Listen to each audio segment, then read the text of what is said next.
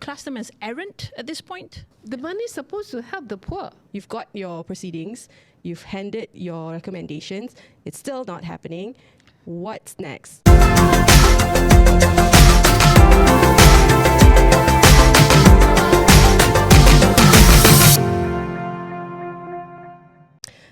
Hello everyone, welcome to Beyond the Headlines, the go-to space for the top stories that made the headlines and more. I'm Amalina Kamal. And I'm Hazwin Hassan.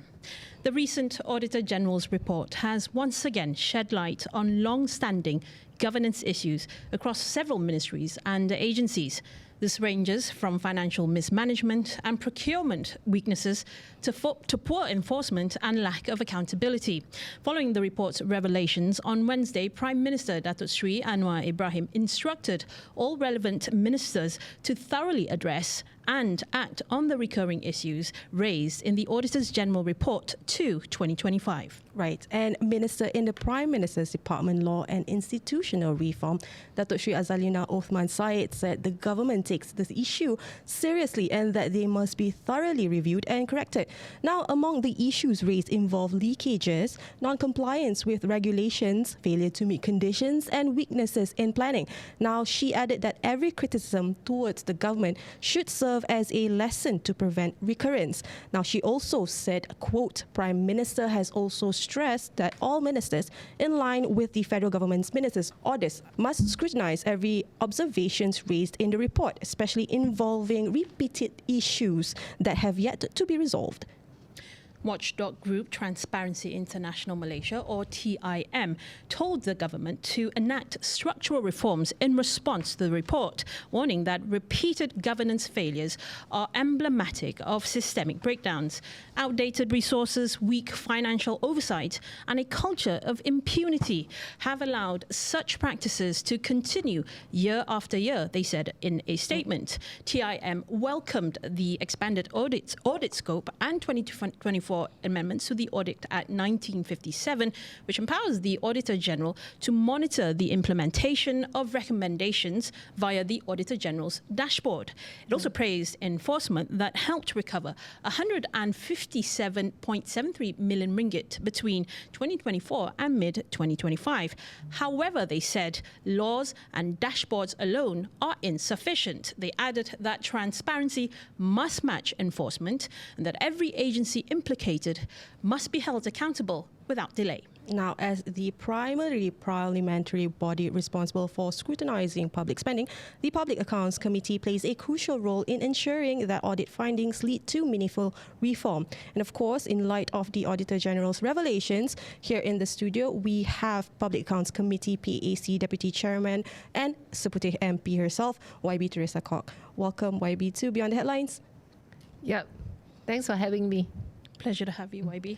Now, YB, I understand that you did rush from Parliament itself. Thank you so much for that. And of course, fresh from a briefing with our very own Ketua Audit Negara. Now, maybe you want to share with our audience as well what that particular briefing entailed. And when we go deeper, we just want to look into what PAC's actions are, especially in looking at the cases that were revealed. Actually, every time after the Auditor-General's report presented to Parliament, normally the PAC, Public Accounts Committee, we will meet with the AG's Auditor-General Department, the Ketua Pengarah, and also the team. And they will give us a presentation on the issues that they highlighted in the report. You know, in this report, they presented all the 5 main issues. So we did ask questions. And after the meeting, we met them for about more than 2 hours, you know. Right. Then after that, the PAC members come together and we will decide what are the issues that we want to go deep dive. We say deep dive. That means we'll go, sometimes we might turun padang, go to the field, down the field, and to look at the situation. Or sometimes we call all various, experts or the officers in charge, even the contractors. We will call them and query them about why, all these problems happen. So they will give us their explanation. And towards the end, we will normally come up with the we call rumusan dan cadangan. That means what do you call that? A summary of the whole issue, and also we'll give proposal to the ministry or the agencies concerned. I'm very interested in this cooking oil subsidy scheme issue, the COSS, which yesterday in Parliament there are a number of MPs brought up this issue in the debate of this Auditor-General's report. I personally interested because I know that there have been a lot of leakages. I have been the Minister of Plantation, handling palm oil and so on.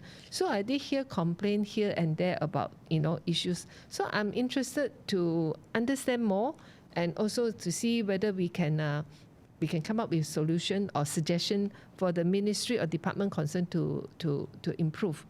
For me, another issue I personally interested would be the what do you call that? The issue is land, Felcra land matters. Okay. So if I look briefly at the slides that presented, I find that a lot of questions that need Felcra personnel come and present to us. Why they spend certain money and why it caused such a big loss and so on. So, but you see, normally the PAC can only pick 2 or 3 issues. Then it will come to the next Auditor General's report. There will be new issues surfaced. Then we have to pick on the what do you call that? The future cases that they will report in the report. So typically, when you pick up on irregularities and issues, and you send out proposals, right, to these agencies, how much time do you give them to respond to you before, say, any further action is taken? And have there been in the past cases of where they fail to respond? And if that's the case, how much leniency do you give them? Normally, let's say we are interested, let's say in the particular issue, we'll write to the KSU, the Secretary General of the Ministry. There have been a few cases, we even invited the ministers, the current minister, even the previous former ministers, even the former KSN, the what do you call that, head of the civil service, to come and present to us, certain issues that we want to query. So normally we give them 2 weeks to respond, to fix the date and time, and normally after the hearing, normally it will be conducted for about 1 month to 2 months. Right. 1 month to 2 months. Then after that we come up with a report, and then sometimes it's 3 to 4 months later. We presented the report to the Parliament, and we make public statement. Then 3 months later, we'll invite the agencies concerned to come to brief us what improvisation they have done. But in reality, YB, if I may, because as you have all this task force in looking into how we can actually get back all this money that we've lost, right? In reality, how soon can we get it back, usually? Sometimes it's not so much on the money we have lost, It depends on case to case. I mean, for example, I give you an example. We have done proceedings. We even have gone down to the ground, I say Turun Padang, on this connection of clean water to the rural areas in Sabah and Sarawak. The audit report says, even after 5 years, they have not done the job. They have not completed the job. Then when we call the contractors, when we call the officers concerned, officers in charge, when we call, because it's Sabah, Sarawak, right? So we also call the Waterworks Department in Sabah, Sarawak, and in different district to ask them to give us the explanation. To our surprise, the issue can be very complex, It's not so much on the loss of money. There are issues that they have when the government decided to give that big. It comes a billion, a few billion ringgit, 5 to 6 years ago. The government might have announced it through budget in the Parliament, but they did not foresee a lot of issues that involved when they want to start implementing it. So because it involved multiple agencies. Even in the federal side, there are already a few agencies.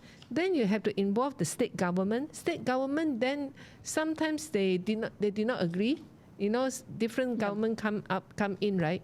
They did not agree. Some they want to change the scope and so on. Some they even they were impatient. There are certain areas the state government was impatient, you know, or the slow progress. They themselves do it, you know. State government do it. So all sorts of different scenarios that happen. So it's a matter of bureaucracy then. Yeah, then we realize even in the process, right? Then after that, we also hear from the ministry, the KSU, you know, concerned, and they say that next time, in order to avoid this from happening, to the long delay, they have to get the, what they call that, the contractor itself has to involve the design and the one that to do design and do the implementation. They have to involve the state. So all sorts. You know what's the problem of the delay? It might take 1 year to do the design, then pass to the contractor. The contractor, when he carry out the work, he finds that certain design is not applicable to the soil and the soil condition of the land, and there are some local issues, you know, concern. So you can see the kind of gap, you know, between the designer and also the companies that implement it. And sometimes there is a change of state government. It also disrupt the whole progress. So right. I must say that sometimes not so much how much money that we lost, is how to get it done within the stipulated period. So as I understand, PAC is going to be looking into 2 specific cases here, Felcra and the whole cooking oil issue, right? So on the issue of Felcra, as you mentioned earlier, it is a time and time again sort of like complication that PAC has seen. And it is at this juncture whereby, or at least state whereby PAC is like looking into, should we or should we not call them again, because some sort of reform or overhaul needs to take place. Yes. First course of action for PAC. I must say yes. When we look at the report again, I don't know if Felcra again, because last year already called them on other issues many times. So now we have to talk to them again over the land that purchased in Sabah and also Gua Musang, Kelantan. But if we look at the amount involved and so on, especially this, you know, the setting up of Felcra, the objective is to help the Bumiputra in rural area.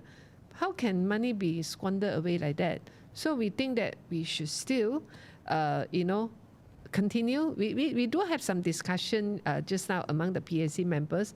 Over the new findings of AG, we should call them and explain to us. For your information, Felcra has been called by the PAC a few times over other projects, other issues. So we have seen that the CEO of certain departments have come, and after that the chairman of the board have come, even the former minister has come. So now we look at this Felcra, land involved in what? Estate Telupit in Santakan, Sabah, but estate Dabong, and a few estate in Gua Musang, Kelantan.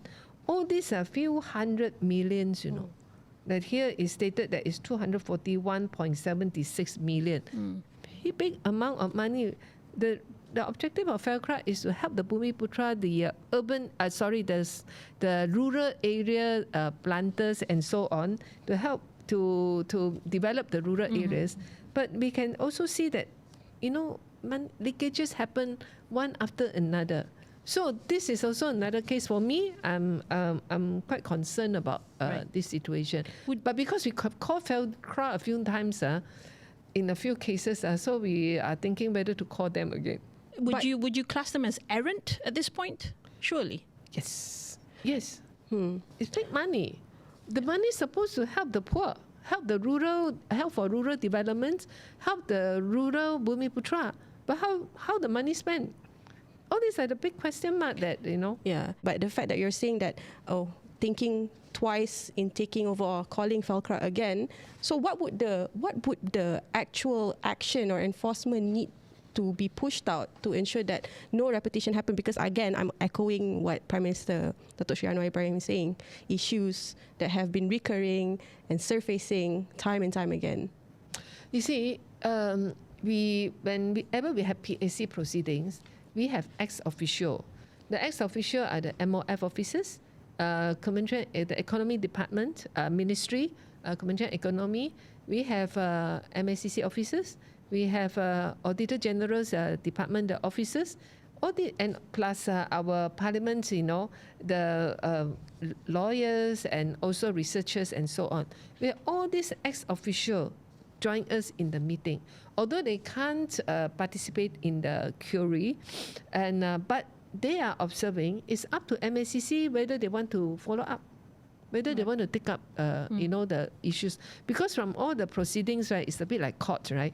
They should be able to pick up whether there are elements of corruption, whether MACC is interested to pursue certain cases. And on the issue of the cooking oil subsidy, distribution is one of it. So if you go into that, KPDN also has already looked into having to review the ECOS particular application here, and it's being updated. But I do want to understand in this particular context, what sort of intervention is needed, especially to kind of address the repackaging, reselling, and having to take the opportunities or at least the rights of those who are from the group that's supposed to benefit from this be sold to others for profit. Yeah. You see, the project might be good, like COSS, the scheme. Since we are palm oil producing country, therefore, we should be able to help the poor.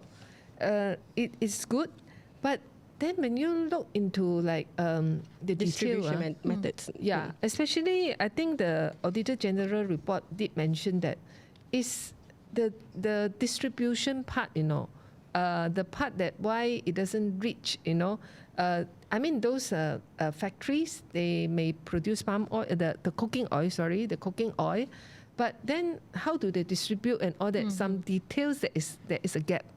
So therefore, if you ask me personally, I'm interested, maybe because last time I was the plantation minister in charge of plantation. I want to know why the leakages happen and how to prevent that. Of course, yesterday when I listened to the minister, KPDN, when he answered the MP's question, right, he did mention a few things that, in Dewan Rakyat, but still, I still think that PAC, if we can, we should look deep dive into it, because we are talking about controlling costs, right? Cost of living is getting high, and this is really a people's issue, a poor people's issue. And now, like yesterday, there was one MP mentioned he can find this the PAC, the poly bag cooking oil. He even have seen that in Thailand, no. How does this go to Thailand? Exactly. How come we Malaysian, the poor don't get it, and the poly bag oil can go to Thailand? So I think there are lots of details. When we go to deep dive, when we have all these proceedings, we will be able to hear. And then for me personally, certain issues, maybe on the surface the government had replied, right? Minister already say they will do this, that, but sometimes when we turun padang, when we go down to the ground, when we meet the people, talk to them, when we hear from certain sources, you will find that the officers concerned, the department concerned, they are more careful. They will, just I talk about the water supply thing. The MP of Sandakan was so happy when the PAC delegation went down to her constituency, looked into the water supply issue and so on. Immediately the road is tar. Immediately the contractors all that quickly finishing certain things up, just because PAC delegation is coming to look at the place, right, because we have press conference and so on. So I think that the COSS thing, I believe the ministry really want to strengthen the distribution and prevent leakages. But if PAC can take it up, this will help the ministry more. You see, when I was the Minister of Plantation, those days, right, the COSS, the scheme, Cooking Oil Subsidy Scheme, it was under the Plantation Ministry. But during Ma Siu Kiong, when Ma Siu Kiong was the minister that time, they sort of use the excuse of we don't have enough manpower, and pass it over to KPDN, the Domestic Trade Ministry. Okay. Because Domestic Trade Ministry, they have officers to go to monitor how all this, happen and so on. Whereas the plantation ministry, we don't have this kind of enforcement officer to enforce, to control the prices and so on. So it has been conveniently kicked to KPDN. So, but I do hear a lot of complaints, and also I do hear that, complaints also about why you give this contract to certain companies. How come other companies don't get the chance to get involved or produce this cooking oil under the subsidies of the government? So I cannot answer all this. So I'm also quite curious, and also I have seen that how the poor actually they didn't manage to get all this cooking oil, the polypack cooking oil. How to help them? Yeah. But one thing I must say, this Jualan Rama, now the government push Jualan Rama, appear in many places, even like my constituency, almost every week in different places, different Taman residential area, you got the Jualan Rama. They sell that 5 kg cooking oil is 30% cheaper than the shop. So that also had helped a lot of families, because they managed to buy oil cheaper than the market rate. Okay. Well, we'll get into all the benefits and latest updates from the government later, but let's go back to the discussion. Yeah. Watchdog Group, TIM to be exact, they pointed to the need for structural reforms to address systemic procurement failures. And as per the Auditor-General's report, UKM actually has been flagged as one of the big offenders here. So in relation to this systemic procurement failures, they said the structural reforms needs to be tailored specifically for this purpose. Now, how does PAC see this? Yeah, I think TIM statements is fair, and but sometimes come to reality, it doesn't happen in the way that we want. Actually, just now we when we heard on the few issues related to UKM, which is in this report, and now we see that the government is very serious. They set up a special committee to investigate, the internal problem within UKN to see why, the project. Can you imagine the replacing or improvisation of lift can be project sakit, can be a project that cannot be carried out, right. And there are a few issues. So the government is taking this very seriously. Right. I think I'm quite happy to see that.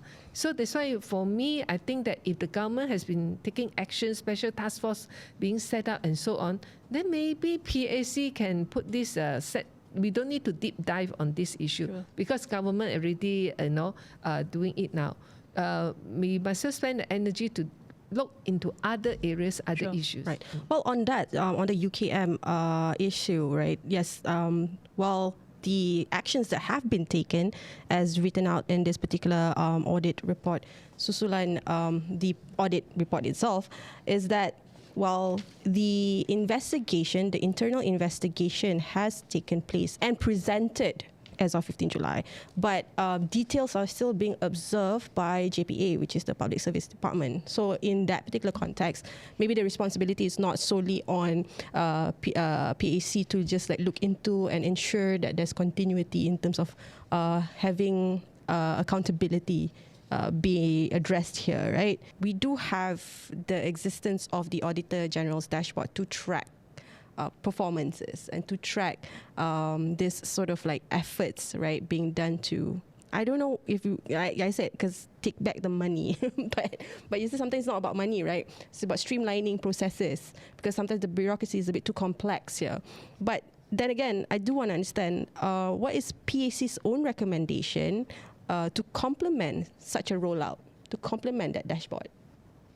To complement is, after the AG, Auditor-General Department come up with the report, and then if PAC pick it up, then if we are serious enough, we say turun padang and all that, all this will help Auditors-General, the department to monitor, and because their officers will come along. In all the proceedings that PAC called in Parliament, or even sometimes we go down to the ground, the AG's department officer will come along. MACC officer MOF officer also will come along. So all this will give pressure to, certain sectors that or certain, area, to force them to really like speed up, so force them to rectify all the problems. Right. And as you spoke about it earlier, you are rather pressed for time because you're always trying to chase up the next report and then having to respond to that, right? So typically, how would you follow up with these ministries and agencies that have been flagged in the report to ensure that, one, action has been taken, the penalties have also been enforced, or compensations been given out, and financial recoveries are recommended by the Auditor-General are being carried out? We, through our proceeding, because all our proceedings are recorded, and once we release the press statement or present the report in Parliament, our PAC report findings in the Parliament, the public actually can go to website to look at the detail, can look at the what have been discussed in the PAC meeting. But while we are having proceedings, due to the restriction of the standing order, it is still considered like closed door. But eventually it will be opened up. So I mean, we have cases, right? After 3 months, after we had made an announcement of our proposal, 3 months later, the KSU or the department concerned, they will come and brief us what they have done. And if we are not satisfied, sometimes they say that, they have not fully, accomplished what we want them to do. Then they will, 3 months later, we can call them again until we're satisfied. Actually, another issue, for me, is also quite glaring, is pengurusan kenderaan perisai tentera darat. But it's under MINDEF, right? Yeah, so the amount that's yet to be collected is more than 162 million ringgit. Yes. That's a lot. Yeah. It's also a big amount. And then also it says here, they investigate, what do you call that? Kenderaan perisai tentera darat, cable car. What do you call that? I think the tanks. The army yes, tanks. Yeah. The tanks. So the tanks apparently they are is CPU. All the components, parts come and assembled in Malaysia. Right. So can you imagine, after 746 days, then only the MINDEF issue letter, to ask for the what do you call that, compensation for the delay. 746 days. So how can the ministry be so relaxed? You are talking about 162 million. It's 162 million ringgit. How come they are so relaxed? They don't bother. It's like they delay. Okay, delay. For me, I find that it's difficult for me to accept because it's a big amount. That's right. So, but you see again. We just have a few months' time. Then the next AG report will be presented. There will be new issues. So we can only pick 1 or 2 for us to deep dive to have proceedings. That's why the PAC is so busy. We in PAC is like, during Parliament sitting time, morning and afternoon, a lot of times we have 2 sessions for the subjects that we focus in. And after Parliament sitting, when other MPs go back to jaga kawasan, when go back to on their own constituencies, then we also have to continue our proceedings, do our jobs in Parliament building again, and sometimes go down to the ground on all these topics that we are investigating. I think Auditor-General department has done a good job, and they have been very serious. They managed to pick those issues that we, do not know, because they are professionals. When they go in, they find out a lot. They look into a lot of details. All this, their presence, their input also had helped PAC in when we conduct our proceedings and hearing on the cases. Maybe I do want to understand this in terms of how PAC looks into issues concerning procurement methods here. When you do identify like certain agencies or at least companies or initiatives conducting sort of like a manipulation process, right? How does PAC advocate for the discontinuation of such procurement method? Normally in the process, they will present because, when PAC calls, all the government officers have to attend, including KSN. We have called KSN, we have called Attorney General to come before us. Remember last time the one MDB scandal, right? So like recently we also have called Menteri Kewangan, Finance Minister too, to come to discuss with us about MAHB, the operation and the issue, privatization issue. So to answer your question is how to ensure. I think we cannot ensure because by along the process, every ministry when there are certain departments or certain issues being picked up by AG, Auditor-General, they themselves, the KSU and the team, they will look into it. They themselves will come up with a lot of this solution or a lot of suggestion proposals internally. So that itself, let them come out is better than we go to tell them what to do. Of course, after listening to all sides, we also will come up with our proposal because we listen to different, input and different feedback from different angles. Right. So then they will have to come back to us again. Right. But what do you think about the proposal to having enact a public procurement act here, like other countries, in terms of ensuring there's a standard and a certain level of transparency for government entities, or at least in the procurement process itself? Like, for instance, right now we have issues such as contract splitting, right? We don't want that happening because it's quite hard to monitor where the leakages are at. Well, what do you think about that? Where are we at, especially when it comes to pushing for such act? I think the government is doing it, I think the government is doing it. That's why in this AG's report, I think it also mentioned about some the pre-queue, the pre-queue method in identifying companies and contractors. You see, like this number 5, pengauditan pematuhan terhadap perolehan pra-kelayakan pre-queue terpilih. So they also come up with, actually MOF, all that, they come up with their proposal already. But how much has this been implemented? So is the issue.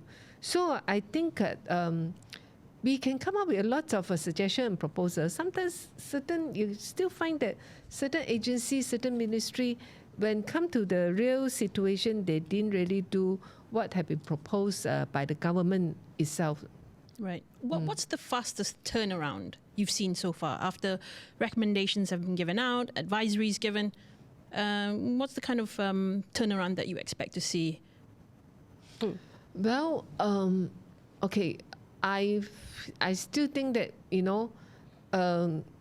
to have check and balance in a way, Auditor-General department, they are doing all this checking. It's very important. And because they're professionals, so a lot of agencies, they cannot hide the figures, they cannot hide many things. So to have this, and if the government is, this government is very serious in combating against corruption and all that, and with the also help of the media by highlighting certain cases, right? This actually had imposed a lot of this precaution, in the mindset of a lot of government officers. They are worried, and also when action being some government officers being hauled to court and come to PAC, all this make them extra careful now. You see, when I met with certain some MPs from some countries where they have very high, very good reputation in transparency index, right? International index. When you talk to them, you also find that they are also not happy with certain things that happen in the government agencies in their own countries. So you will never find a situation where 100% no corruption, 100% perfect in your procurement and so on. You still need really strong check and balance. That's right. You still need, push the government agencies, officers to follow, all these regulations. There are lots of regulations very closely and tightly. YB, which country should we take example or should we look at as a benchmark then?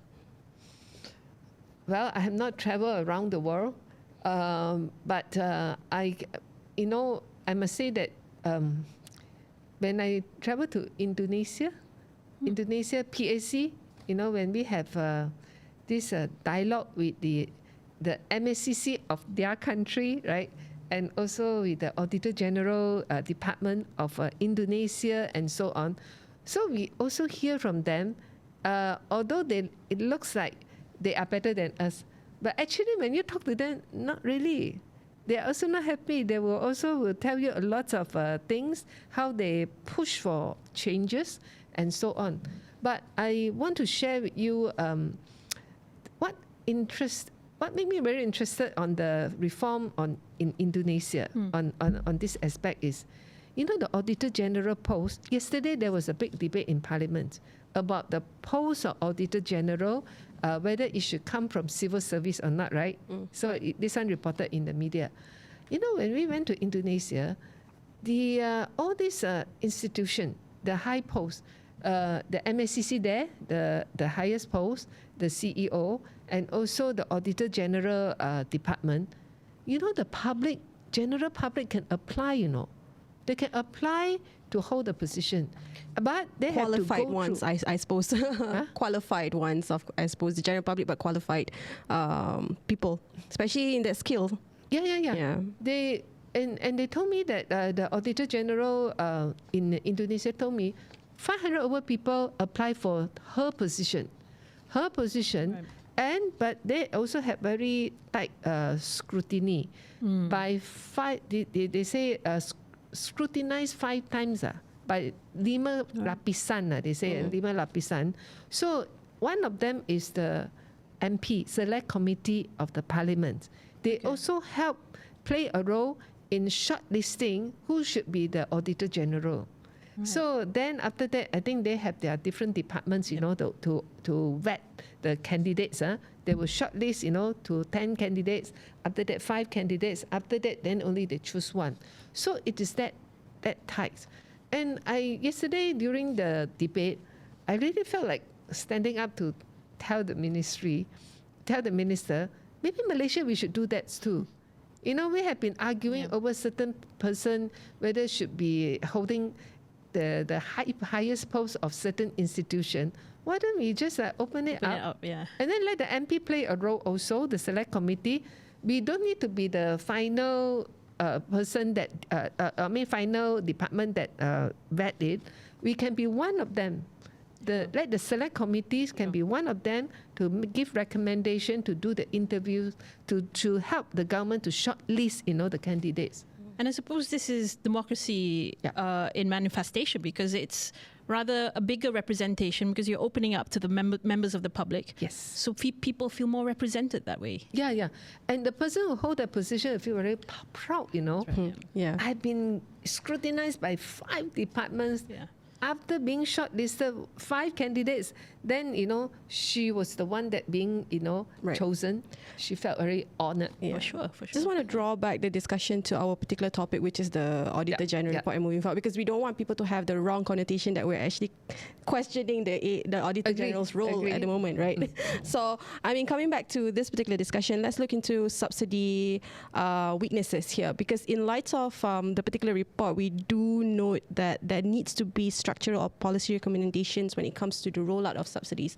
A lot of leakages happen when you do have that amount, but it doesn't land on the rakyats or whoever is supposed to benefit it. Again, the cooking oil issue and everything. So again, I just want to re-highlight in terms of the structural reforms that we need to make, and what does PAC have in terms of pushing for it, especially when it comes to the oversight. You've got your proceedings, you've handed your recommendations, it's still not happening. What's next? Apart from collaborating or relying on other agencies to take control. I can say that we can only do so much, because we are also considered an oversight body, but it's representing the Parliament. The Auditor-General Department has done their part. So we raise it up. I think another one is the media. media highlight certain, cases, certain issues that PAC, media can always report that the PAC has made recommendation, but it's not taken seriously by the ministry and so on. So I think an NGOs, the TI that you mentioned just now, I think we still need all these different, bodies to come out and give, to help to play the role of overseeing changes, improvisation of the system, rules and regulations. After we have presented the report to the Parliament, we also make announcement to the media. So 3 months later, we'll call them back, and I can tell you there have been a few cases where they are not ready to adopt the proposal from PAC. They say sedang kaji, we are still looking into it, still discussing. Sometimes the ministry concerned delay, to come to meet us. There have been times they come to delay for a few months.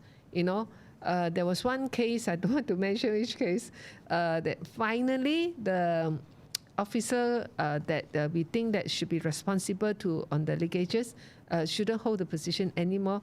I think it took place 1 year later. So sometimes they might have their own predicaments, internally and so on. Sometimes the minister might not be on the same page with us, so it will drag their feet. But what we can do is we continue to pursue. It's just like your media that you continue to pursue certain cases until those who are responsible, the head of the department, they responded back to you. It's just that we maybe have a little bit extra power is to can call them back to meet us to explain why you're not doing it. So they have to give their explanation. And that case you mentioned, which you didn't specifically say who, so you said it happened only a year later. You mean the person was removed from office? I don't know whether resign or remove or up to, it's no more there. And that's usually, part of the responses that you get or the sort of, actions taken. Is that something typical to see people removed from, especially people who are in power, removed from office because these transgressions or these irregularities happened under their watch? Whether the top of that ministry or that department, whether they're on the same page with you, sometimes they also might have issues that they cannot tell us in open. They have their reasons. They can only tell us in private. So we have to just wait, but we don't give up. We will continue to call them and ask them to explain how to make sure those leakages don't happen again. Those wrongdoings don't happen again. So this is, I think, our job. It seems like the job of the media. Okay. All right. That's for now on the AG report, right? But we do want to also highlight in terms of the recent big news that the government has also announced, the Prime Minister himself, Dato' Sri Anwar Ibrahim, have announced, especially when it concerns cost of living relief measures. I think yesterday we've heard a few things that have been presented, right? Yeah, and it's not a little bit. We're talking about 100 one-off cash aid for all adult Malaysians. Everyone above the age of 18 will get 100 ringgit one-off, a reduction in RON95 petrol price, a freeze on toll hikes, and a major boost to the Jualan Rahmah Madani program. So that's all within that the package and the special announcement that the Prime Minister made yesterday. Yep, especially when it comes to rising cost of living, or a lot of people have actually said people just want some sort of break. The recent announcement that was made with by the Prime Minister garnered a lot of reactions. Some of them very positive, but I do want to understand in terms of 100 ringgit, how small is it, or how big is the contribution actually, especially in this day and age? I mean, I might not want to spend the 100 ringgit. Let the government can take back. Just like Wee Ka Siong say that, must have a channel for people who don't want to don't need the 100 ringgit. But 100 ringgit, frankly speaking, in rural areas, in some of the urban poor, it is still an amount, Yep. So I think I believe that I think I want to first answer a question on the rise of cost of living. Yep. It doesn't happen in Malaysia alone. Actually, look at our inflation rate. It's comparatively lower than many countries. When I went to Indonesia, I heard the same complaint from the Indonesians, people, especially people on the ground. I went to New Zealand. The PAC delegation went to New Zealand. We visited the parliament and met with the different, ministries and officers. I heard the same complaint from the New Zealanders too. I went to Hong Kong. They say the same thing also. Right. So that means this is a worldwide phenomenon, It's not only happening in Malaysia. But, I think the governments of all these countries, they are also having headache to try to tackle the problem of the rise of cost of living. I think since the Ukraine war, right, we can see that we already come to the point that whole world, the cost of living have been, rising. So I must say that under this government, the government is trying very hard to lower the prices. Like now RON 95, initially we're supposed to raise the price, but now, press it down, subsidize some more. The 100 ringgit thing is one offer. Of course, whether this will really help, but better than nothing lah. It will help, because there are a lot of people queue up to my service center to ask for money. So when I see all these downtrodden people, I understand when they get 100 ringgit, so maybe the next 1 month will be less of them coming to see me coming to ask money from my service center lah. Right. So I must say that we don't have solution because this is a worldwide phenomenon. We can only say that but no matter how people complain, the government is serious in tackling inflation. And what do you think of the timing of it all? Because obviously there was some criticisms about, this came in a bit too late. They were pointing out to the RON 95 petrol decrease in the price. So some said, it came about 3 years later, but still it came. So what do you have to say to that? Well, better than nothing. You see, okay. We must admit that last month, when this readjustment of electricity tariff, before the proper announcement made, the talk had been in social media for about a month that the government is going to allow electricity tariff, hike, right? And also a lot of these commercial, all these employers are very unhappy on this issue. And after that, SST. The SST enlarge the scope and so on. So we have seen complaint after complaint. When during this kind of big complaint time, it's good for government to announce something positive. I think for the 100 ringgit thing is that in order not to let certain people say that, how come I don't get it? A lot of this SARA and all that, a lot of people come to me and say, how come we don't get it? And then some is, how come Selangor get it? How come we in KL don't get it? Why, also biased and so on. It's just that during this hot weather, when the situation is so hazy, suddenly there is a heavy downpour. That is something that is refreshing and make us, happy or refreshed again. We have just one question left before we have to wrap up, right? Sure. Because I think when we are discussing about this sort of leakages earlier on when we talk about the Auditor-General report, and then now we go into initiatives conducted by the government to ensure that everybody has basically can breathe and break even to some extent, right? I do want to understand this. The burning question here, adalah, is how sustainable can this be in the long run? Because of course, you're talking about leakages on one end, and then the next end, you're talking about having to give away incentives, right? Yep. These all cost money, and it's all part of the national budget. So how can we ensure that there's some level of sustainability so that Malaysians can prosper? Actually, and you did mention there is another challenge of the government is to try to reduce the deficit budget.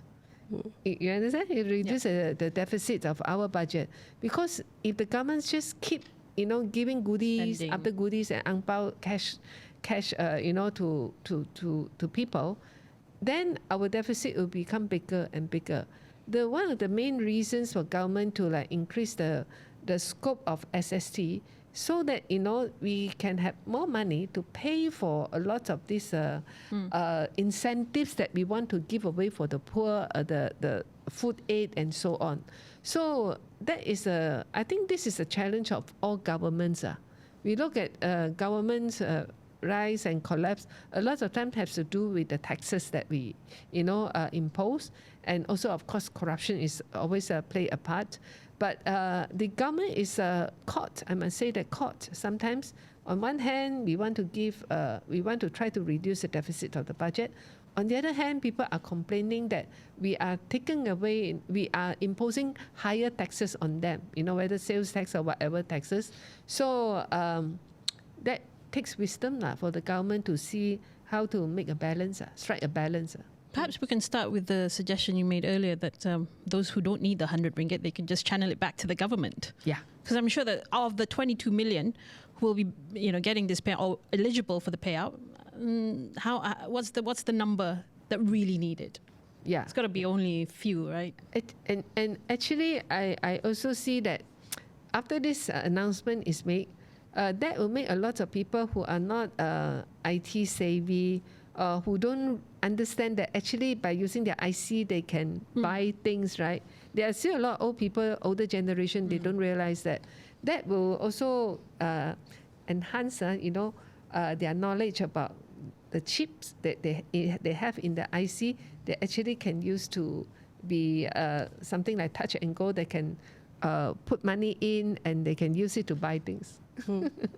I don't know. I believe I do believe maybe we take for granted certain information that I might know, but someone who is not digitally savvy may not, right? My mom might not know. She has 100 ringgit in the IC. That's true.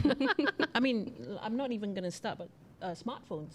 Yeah. It's savvy about that. Yeah, I know. In rural areas, actually, yes. That's right. Yeah. Well, thank you so much, ladies, again. But YB, first of all, would like thank you for coming on Beyond the Headlines. Thank you so much for your insights. PAC's role, especially in addressing, I suppose, spendings here that are probably misappropriated, probably not, as well as your insights on the current initiative that the Prime Minister has put out. Yep. Thank you so much, YB. Thank you for making time for us. Thanks for having me. Appreciate it. Thank you. Thank you. And to you, Hazwin, as well, thank you so much for being on the show. Thank you. To our audience, if you do like this particular episode, don't forget to like, comment, and subscribe. Don't forget to also turn on the notification bell if you haven't already. You'll not only get Beyond the Headlines update, other NSC Online's news report will be delivered to you.